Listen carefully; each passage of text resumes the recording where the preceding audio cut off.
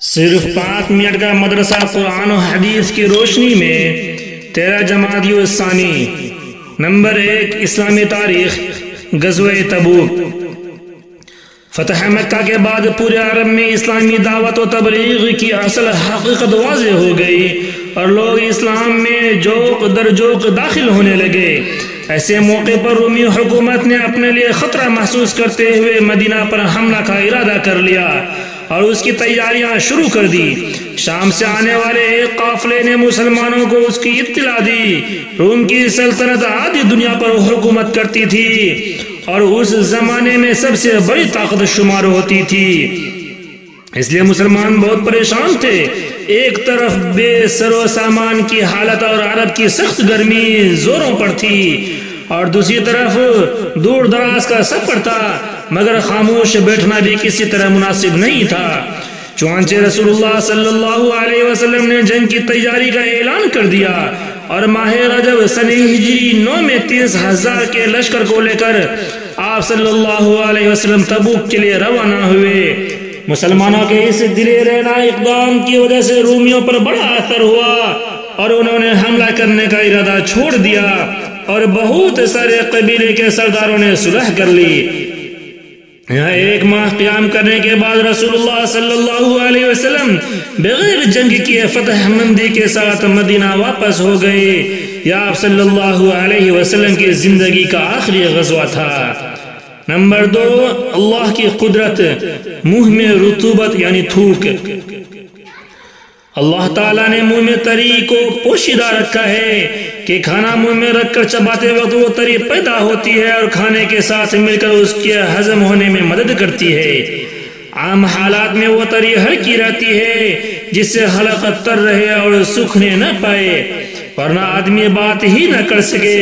اگر تری بالکل نہ رہے اور منہ ایک دم سکھا رہے تو دم گھٹنے لگے اور انسان زندہ نہ رہ سکے، اور اگر تری کھانے کے علاوہ بھی منہ میں پیدا ہوتی رہے تو بات کرنے میں دشواری ہو اور منہ کھولنا مشکل ہو جائے۔ وہ کیسی قدرت والی ذات ہے جو کھانے کے وقت میں رطوبت کو زیادہ مقدار میں پیدا کرتی ہے اور عام حالت میں نارمل رکھتی ہے۔ نمبر 3، ایک فرض کے بارے میں، میت کا قرض اس کے مال سے ادا کرنا۔ حضرت علی رضی اللہ تعالی عنہ فرماتے ہیں کہ رسول اللہ صلی اللہ علیہ وسلم نے قرض کے وصیت سے پہلے ادا کروایا، حالانکہ تم لوگ قرآن میں وصیت کا تذکرہ قرض سے پہلے پڑھتے ہو۔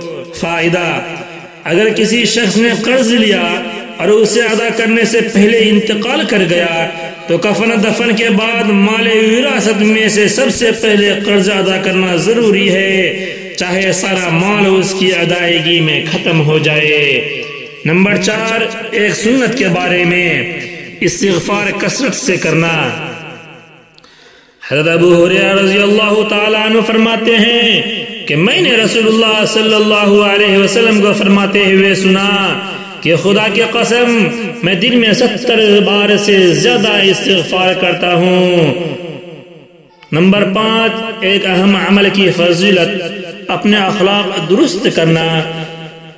رسول اللہ صلی اللہ علیہ وسلم نے فرمایا، کامیاب ہو گیا وہ آدمی جس نے اپنے دل کو ایمان کے لیے فارغ کر دیا اور اسے صحیح سالم رکھا، اور اپنی زبان کو سچا بنایا، اپنے نفس کو نفس مطمئنہ اور اخلاق کو درست بنایا، اور کانوں کو حق بات سننے کا اور آنکھوں کو اچھی چیزوں کو دیکھنے کا عادی بنایا۔ نمبر 6، ایک گناہ کے بارے میں، کسی کے سطر کو دیکھنا۔ رسول اللہ صلی اللہ علیہ وسلم نے فرمایا، اللہ تعالیٰ لعنت کرتے ہیں اس شخص پر جو جان بوجھ کر کسی کے سطر کو دیکھتا ہو، اور اس پر بھی لعنت ہے جو بلا عذر سطر دکھاتا ہو۔ نمبر 7، دنیا کے بارے میں، مال جمع کرنے کا نقصان۔ رسول اللہ صلی اللہ علیہ وسلم نے فرمایا، تم مال و دولت جمع نہ کرو کیونکہ اس کی وجہ سے تم دنیا کے طرف مائل ہو جاؤ گے۔ نمبر 8، آخرت کے بارے میں، پرہیزگاروں کی نعمت۔ قرآن میں اللہ تعالیٰ فرماتے ہیں قیامت کے دن پرہیزگار لوگ جنت کے سایوں میں اور چشموں میں اور پسندیدہ میووں میں ہوں گے۔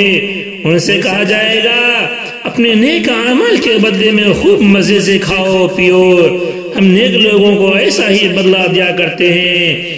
اس دن جھٹلانے والوں کے لیے بڑی خرابی ہوگی۔ نمبر 9، طب نبوی سے علاج، مسواک کے فوائد۔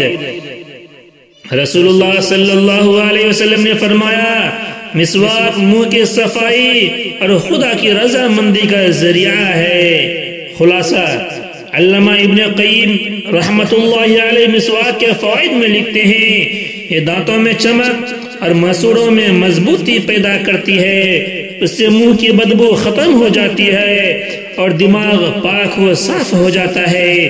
یہ بلغم کو کاٹتی ہے، نگاہ کو تیز کرتی ہے اور آواز کو صاف کرتی ہے۔ نمبر 10، قرآن کی نصیحت۔ قرآن میں اللہ تعالیٰ فرماتے ہیں اے ایمان والو، اللہ تعالیٰ کو خوب ذکر کیا کرو اور صبح شام اس کی پاکی بیان کرو۔ اللہ تعالیٰ سے ہم دعا کریں کہ اللہ تعالیٰ ہمیں کہی سنی بات پر خوب عمل کرنے کی توفیق عطا فرمائے۔